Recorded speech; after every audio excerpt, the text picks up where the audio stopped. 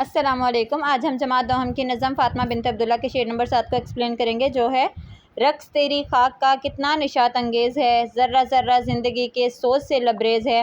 اس میں ہے تیری قبر پر جو رقص ہے، یعنی کہ مٹی کا ہوا کے ذریعے ادھر ادھر اڑنا کتنا خوشی بخشنے والا یا خوشی پیدا کرنے والا منظر ہے۔ ذرہ ذرہ، اور اس قبر پر جو مٹی کے ذرات ہیں وہ زندگی کے غموں سے بھرے ہوئے ہیں، لیکن پھر بھی وہ رقص کر رہے ہیں۔ وہ اس وجہ سے کہ اس میں ایک اسلام کی ننھی مجاہدہ اس میں مدفون ہے، اس قبر میں مدفون ہے، اس لیے۔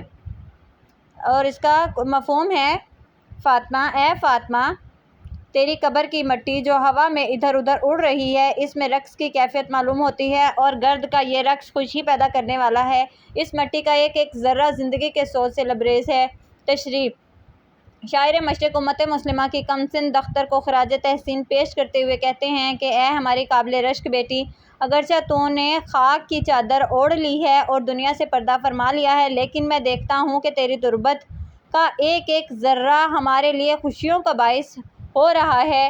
تیری قبر سے اڑنے والی خاک کے ذرات خوشی میں جھوم رہے ہیں کہ اللہ تعالیٰ نے ان کے مقدر میں عظیم مجاہدہ اسلام کا جسم رکھ دیا ہے۔ اب وہ عظیم اور متبرک جسم خاکی میں آسودہ آرام ہے، اور وہ خاک بھی قابل توقیر پائی۔ شعر ہے: اس کے بدلے تو نے پیاسوں کو پلائے تھے جو جام، اس کے بدلے تو نے پیاسوں کو پلائے تھے جو جام، تیری تربت بن گئی ہے بوسہ گاہے خاصواں۔